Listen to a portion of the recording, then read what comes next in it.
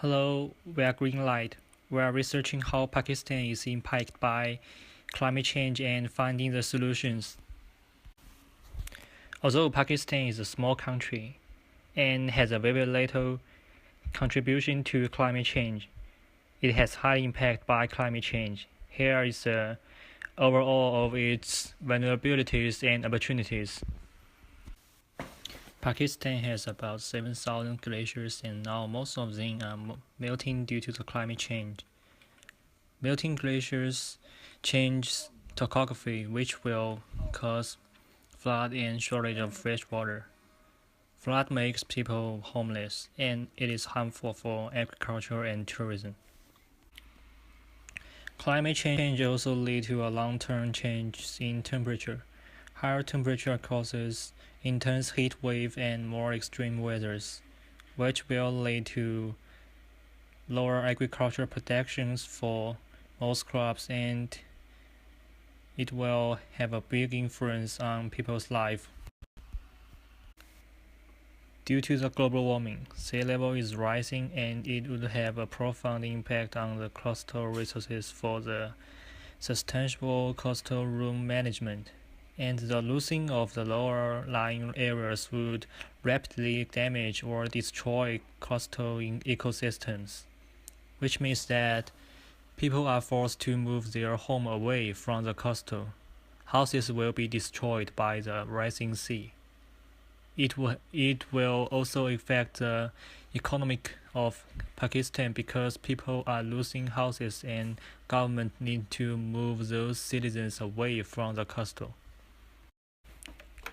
What's more, like said above, higher temperature lead to a higher concentration of carbon dioxide, which will decrease the production of crops. So not only farmers will get lower income, but also local people will have less food. Plus, climate change will impact on humans' health. Some serious disease that only appears in warm areas will become more active than before. People will more likely to get various disease like cholera, malaria, and dengue, which is very harmful for humans. However, climate change also brings a lot of opportunities. With the global warming, the ecological system get worse for people to live in. So promoting solar power, improving energy efficiency, and adding to forest cover, promoting the use of drought-resistant varieties, alternating farm practice, and reducing cultivation of water shortage are some of the measures that can be taken by Pakistan to protect its environment. Therefore, in the future, the natural development will become less affected by climate change due to the development of technology. With the global warming, temperature gets higher and higher, which causes ice melting. The water traffic between Europe and Asia will become more convenienced by the ice melting between Asia and Europe, plus reducing production of crops which is caused by flood in Pakistan will lead to shortage of food.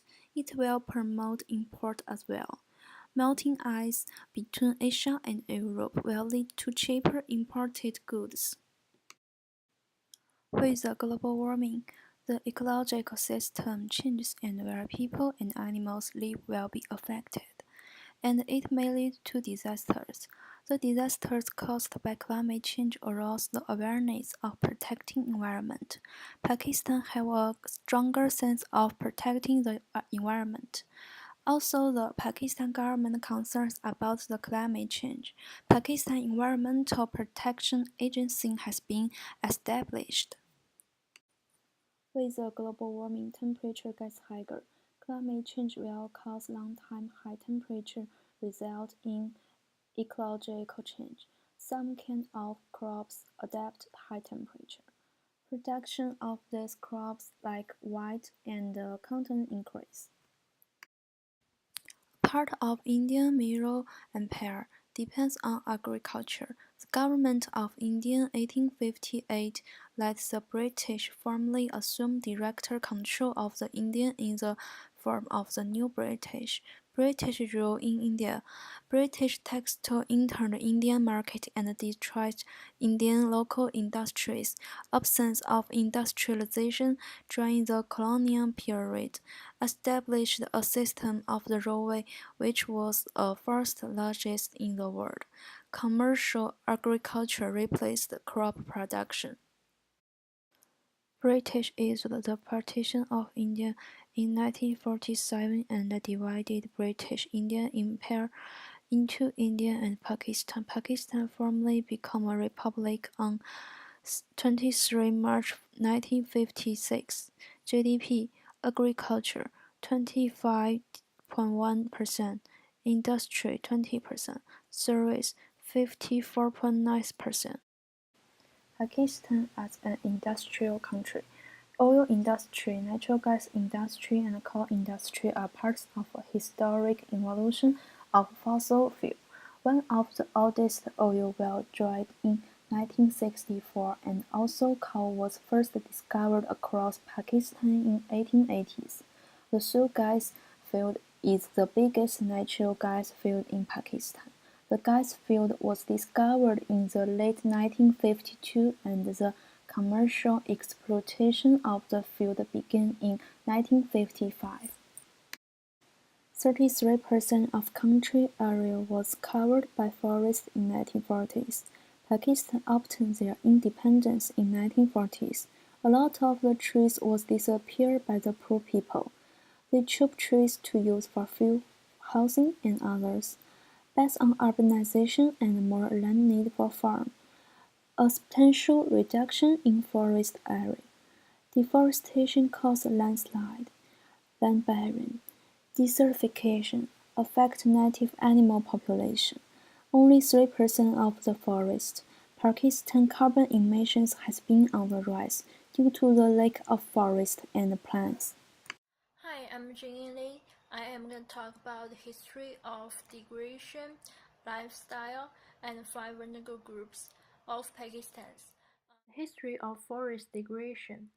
The reason is wood products demands is too much, and the cases are clearing of forests, urbanization, building of walls, industrialization, and farming.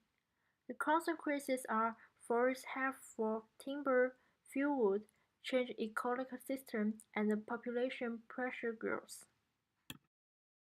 The lifestyle is water resources in Pakistan are affected by climate change as it impacts the behavior of glaciers, rainfall pattern, greenhouse gas emission. So growth pole of Pakistan economies are situated along the Indus River, the diversity economy of Karachi and major urban center in Punjab, coexisting with less developed area in other parts of Pakistan. The first vulnerable group we want to talk about are women. Agriculture is an important resource of income in Pakistan. Climate change will lead to huge blow of their economy. Lots of women will lose jobs and incomes. They will have lots of social pressure.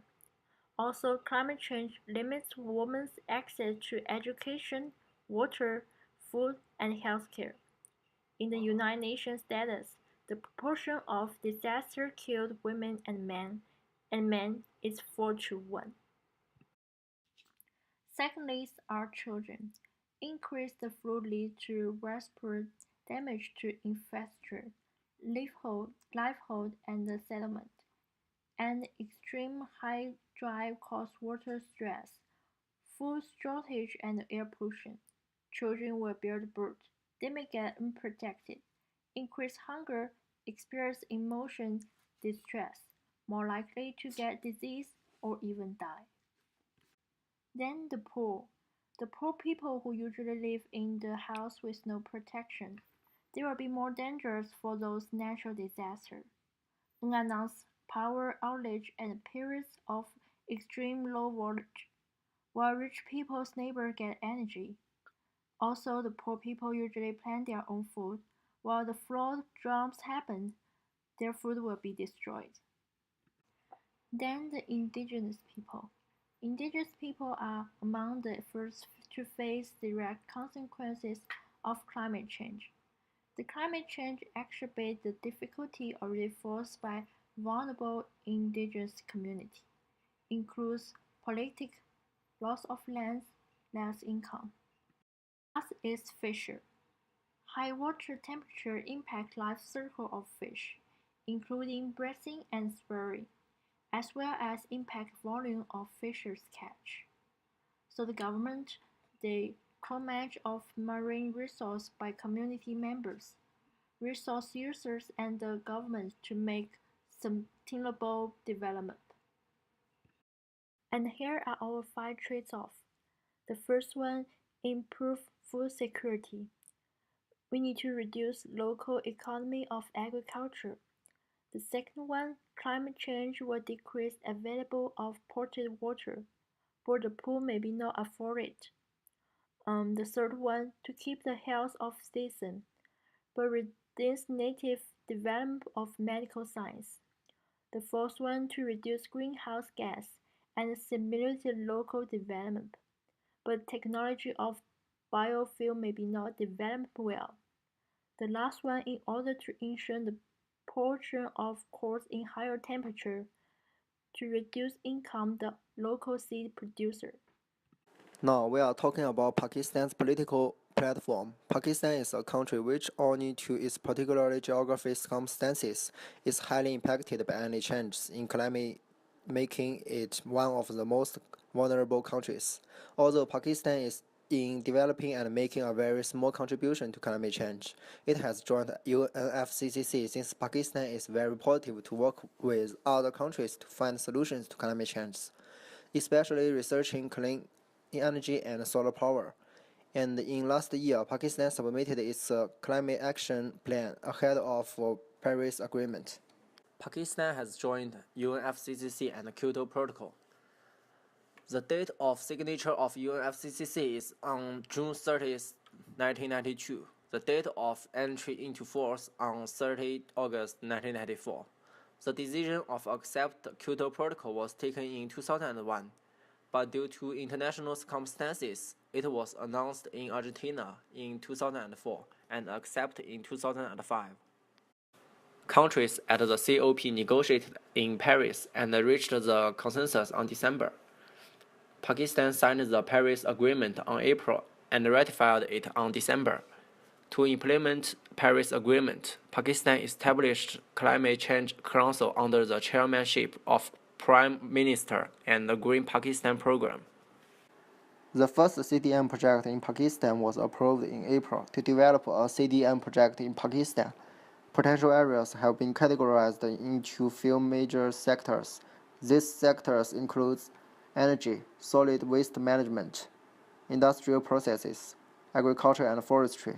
But the current progress of the CDM in Pakistan is very poor, and the project's registration rate is very slow. Analysis has revealed that so far Pakistan cannot properly avail the opportunity of CDM to earn the revenues of CERs and utilizing it in productive ways. This was a new experience, and Pakistan should learn from it, especially considering the China and India as role models. Pakistan's northern province plans to supply solar power to off-grid households in villages, promoting clean energy amid conventional electricity shortages. The provincial government has earmarked million rupees for the 9 months solar project, which will equip up to the households in each village. The government will pay % of the cost of the solar equipment, with the rest shouldered by households. Families will receive a solar panel, 2 batteries, and other accessories to run a ceiling fan, a pedestal fan, 3 LED lights, and 2 mobile phone charging slots. According to the Climate News Network article, Climate Change, One More Problem for Pakistan. Climate change is now threatening the Indus River and the future of millions in Pakistan. In recent years, Pakistan has been working together with the UNDP on its first national policy on climate change. Pakistan's scientists say that in order for its national policy on climate change to be effective, a number of steps need to be urgently taken to mitigate the current impacts of climate change. These include developing high temperature tolerant crop strains, comprehensive flood warning systems, and more reservoirs on the upper Indus. But there are serious doubts about funding for such schemes. In this scenario, Pakistan Green Party members have trained 300 volunteers to increase awareness regarding the climate change disasters. Now we are talking about the READ Climate Action Program. The national and international stakeholders designed this broad program to deal with climate change in Pakistan, including disaster management, low-carbon development, energy, urban resilience, and health. Priority areas are climate finance, readiness, resilience, low-carbon development, disaster risk education. Why Pakistan engaged in these policies? Because these policies can help Pakistan to achieve a lot of objectives. For example, Pakistan has committed to reduce the CO2 emissions in the Tokyo Protocol and the Paris Agreement, and these policies can help Pakistan to do these things. Also, these policies help Pakistan to build a sustainable development, contribute to protect the environment, and raise awareness of protecting the environment. Therefore, Pakistan is very active to work with other countries to protect the environment. Also, it has some preferences for the CDM projects, like the alternative and renewable energy, which is very popular in the world now. Energy efficiency, fossil coal generation, which means use the heat of the thermal electricity, using the heat from the thermal electricity plant to produce more electricity. Also, the land use and protect the forest, which means like protecting the biodiversity in Pakistan. And the waste management also can help Pakistan to reduce the greenhouse gases. Therefore, we have one recommendation for Pakistan based on the Paris Agreement. Paris Agreement aims to strengthen the global response to climate change by keeping the global temperature rise in this century below 2 degrees, and efforts to limit the temperature increase even below 1.5 degrees. Therefore, our recommendation is to develop the solar power projects, because it's one of the best ways to reduce emissions of CO2. The solar power projects can help Pakistan to reduce greenhouse gases, provide more working opportunities for people, and solve Pakistan's energy crisis. There is a good thing that the solar power does not have any negative consequence, and we have a cost-benefit analysis for Pakistan. Now the price of a solar cell is about $0.5 each watt, and according to the statistics, the solar median retail price is about 3 US cents each kWh. The price is lower than the natural gas, coal, or nuclear power. The Pakistan solar energy can reach about 1,000 watts each SQM, and the cost of building solar power can recover in half a year. It's very economic and good in Pakistan. The solar power equipment can use about 25 to 30 years. It can be free maintenance and zero carbon footprint. And there is zero social cost because solar power has no pollution. We also have the social analysis for the solar power in Pakistan. These projects can create more working opportunities to decrease unemployment. Just like you can see in this picture, it shows that a solar power project can create a lot of working opportunities for people in Pakistan. This project also will provide healthy financial and political incentive to develop technologies.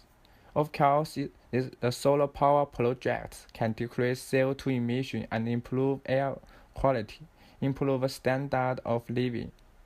Then, the solar power project can help Pakistan to generating energy independence. The solar power project also supports the main vulnerable groups in Pakistan, and the main vulnerable groups in Pakistan are the poor people, children, women, and the indigenous people and the fishes. After adopting the solar power project, the government of Pakistan can have social, economic, and environmental benefits. For the poor people, the government can provide more working opportunities and establish protection for them. And for women and children, the government can provide free education for them to help them have stronger ability to adapt to the climate change. For indigenous people and fishes, the government can have stronger ability to protect them and protect the land and the water bodies. Also, the government can compensate all groups when they are facing natural disasters due to the climate change.